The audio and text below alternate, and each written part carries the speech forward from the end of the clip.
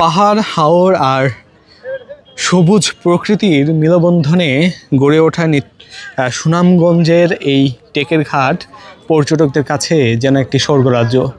সারা বছর এখানে পর্যটকরা আসেন, বিশেষ করে বর্ষার সময় হাজারো পর্যটক কিন্তু এই অঞ্চলে আসেন এবং এর সৌন্দর্য কিন্তু উপভোগ করেন। আজকে আমরা রয়েছি সুনামগঞ্জের এই টেকের ঘাটে, ঠিক লেকের পাশে। এখানে আমরা লেকটিতে যেমনটা দেখছি যে আসলে পর্যটকরা নৌকায় ঘুরে বেড়াচ্ছে, এই যে মাঝিদের পাশাপাশি পর্যটকরাও কিন্তু নৌকা চালাচ্ছে।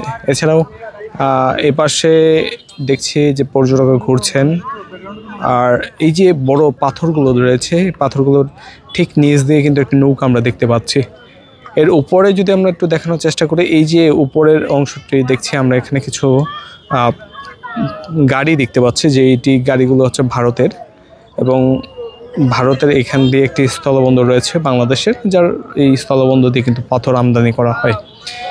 আর এই যে লেকটি রয়েছে, এই লেকটি আসলে বর্ষায় প্রকৃতির সৌন্দর্যের কারণে কিন্তু প্রাণ ফিরে পায়, এবং পর্যটকরা কিন্তু এখানে এসে তাদের ক্লান্তি দূর করার জন্য কিন্তু এই যে পর্যটকরা কিন্তু এভাবে কিন্তু তাদের ক্লান্তি দূর করার জন্য কিন্তু নিজেদের এই লেকে ভাসিয়ে দেন, যার ফলে এই লেকের ঠান্ডা পানিতে তারা গোসল করে তাদের শীতল করার চেষ্টা করেন। এছাড়াও এদিকে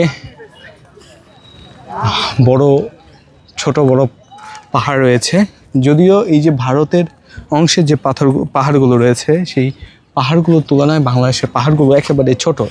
এগুলোকে পাহাড় বললে ভুল হবে, এগুলো এক ধরনের টেলা।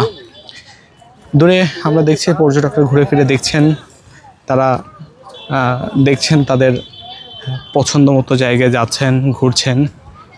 এই পাশে আমরা দেখছি যে কিছু টিলার উপর পর্যটকরা ঘুরে ফিরে দেখছেন।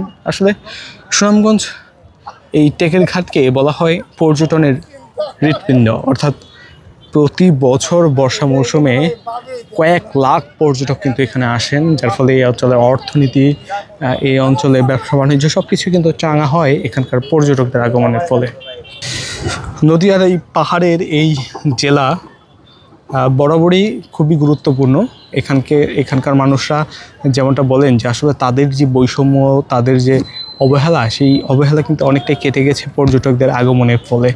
এখন কিন্তু এই অঞ্চলে উন্নয়ন হচ্ছে, এখানে সীমান্ত সড়ক হচ্ছে, একেবারে যে প্রত্যন্ত এলাকাগুলো রয়েছে সেই প্রত্যন্ত এলাকাগুলোতে কিন্তু এখন রাস্তা তৈরি হচ্ছে, যেন পর্যটকরা সহজে এই অঞ্চলে আসতে পারে। তো ধন্যবাদ সবাইকে আমাদের সঙ্গে থাকার জন্য।